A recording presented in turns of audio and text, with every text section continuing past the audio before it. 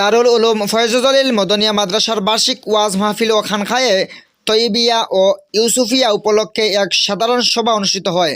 উক্ত সভা সভাপতিত্ব করেন মাদ্রাসার স্থায়ী সভাপতি মাওলানা সৈয়দ আহমেদ সাহেব। প্রতি বছরের ন্যায় এবারও আসছে আগামী 19, 20, 21, 22 ফেব্রুয়ারি 2025 ইংরেজি রোজ বুধ, বৃহস্পতি, শুক্র, শনি ও রবিবার ত্রিপুরা রাজ্যের ঐতিহ্যবাহী দারুল উলুম ফয়জুল জলিল মাদনিয়া মাদ্রাসার 5 দিনব্যাপী খানকায়ে তৈবিয়া ও ইউসুফিয়া ও মাদ্রাসার 41তম বাৎসরিক জলসার আয়োজন করা হয়েছে।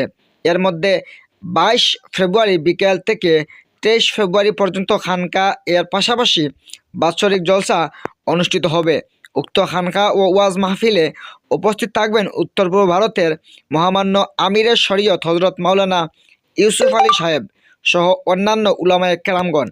আজ গুরুত্বপূর্ণ বৈঠক শেষে খানকা পরিচালন কমিটি কিভাবে খানকা পরিচালন এবং জলসায় কামিয়াবি হওয়া চাই এর নিয়ে বিশেষ আলোচনা করা হয়। পরিশেষে সংবাদ মাধ্যমের ক্যামেরার সম্মুখীন হয়ে উক্ত মাহফিলে প্রত্যেক মুরিদ মাজাজ সহ ও দিন দরদি সকলকে উপস্থিত সাহায্য সহযোগিতার হাত বাড়িয়ে দেওয়ার জন্য বিশেষ অনুরোধের পাশাপাশি এবং দিন দরদিদের উপস্থিত থাকার জন্য একান্তভাবে আহ্বান করেন। যদি কৈলাসরবাসী আমাদের ফয়জুল জলিল মদনিয়া মাদ্রাসায় দীর্ঘদিনের প্রত্যাশা ছিল যেখানে খানকা করার। এই বছরে আমাদের খানকা হযরত আমিরের শরীয়ত দামাত বারাকাতু গ্রহণ করেছেন এবং আমাদেরকে তারিখ নির্ধারণ করে দিয়েছেন।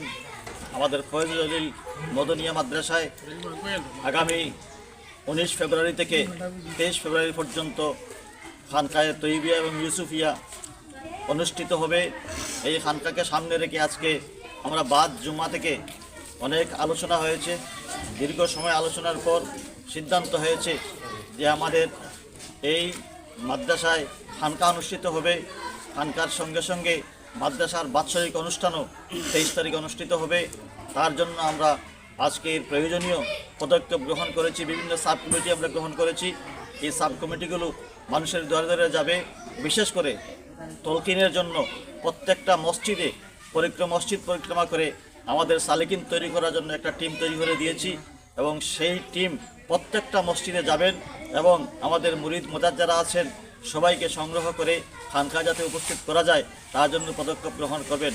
আমরা আজকের এই অনুষ্ঠান থেকে এই মাদ্রাসা কমিটির পক্ষ থেকে খানকা পরিচালনা কমিটির পক্ষ থেকে দেশবাসীর কাছে আহ্বান জানাই আপনারা সর্বাঙ্গীনভাবে আমাদের এই প্রত্যাশিত খানকায় অংশগ্রহণ করে সাহায্য করে আমাদেরকে গর্বিত করবেন এবং আশা এবং প্রত্যাশা রেখে দেশবাসীকে আবারও আমরা ধন্যবাদ জানাচ্ছি।